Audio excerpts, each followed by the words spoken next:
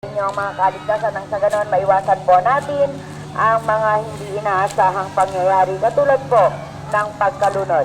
At sa lahat po ng aming mga minamahal na bisita na mga kasalukuyang kumakain, nagmimerienda at kasalukuyang naka-stay pa lamang po sa kanilang mga cottages, be responsible enough naman po sa inyo pong mga basura dahil ang ating basura ay obligasyon at responsibilidad ng bawat mamamayang Pilipino. Kaya naman, marami po kami mga drastic po dyan na nakakalat sa inyo pong harapan ng inyo pong mga cottages, pagkitapon sa tamang lagayan at tapunan ang inyo pong mga basura.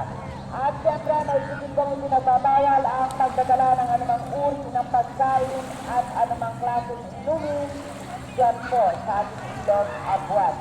At siyempre, sa lahat po ng mga kalalakihan po natin o mga kasalukuyang umiinom po ng mga agua de pataranta o mga nakalalasing na inumin, drink, moderate lamang po tayo. Huwag po tayong drink diretso. Ayan. Kaya naman sa mga bisita po namin mga kasalukuyang nakainom na, drink, moderate lamang po tayo.